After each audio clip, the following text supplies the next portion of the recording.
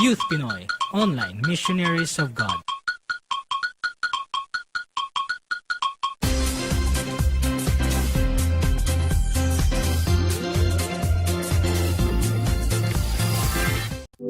I was once clothed in scarlet, now you washed me white as snow.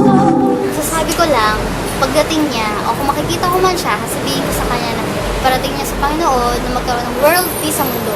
Yun lang.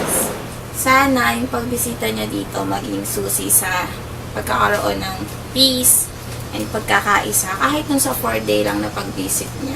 Sana magkaroon ng peace, pagmamahalan, and unity. Ayun. Sana yung mga kabataan, pamarisan, lahat ng kabutihan ginawa niya, maging instrumento siya, at maging modelo sa lahat ng mga nasimulan niya sa kanyang bansa. At ipagpatuloy niya sana yung advokasya niya na pagbuklurin yung iba't ibang pinuno ng relihiyon para magkaroon ng kapayapaan, hindi lang dito sa bansa natin, kundi sa buong mundo.